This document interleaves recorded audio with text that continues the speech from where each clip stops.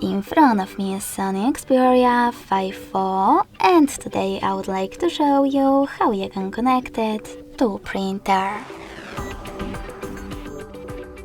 Begin by opening Settings.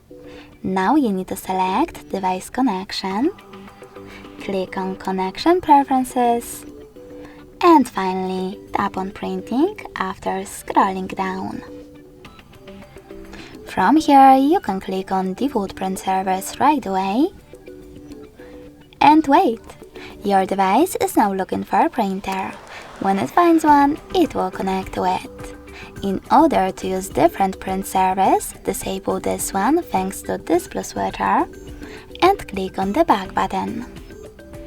Now tap on Add Service, install the best one for you and tap on the back button twice.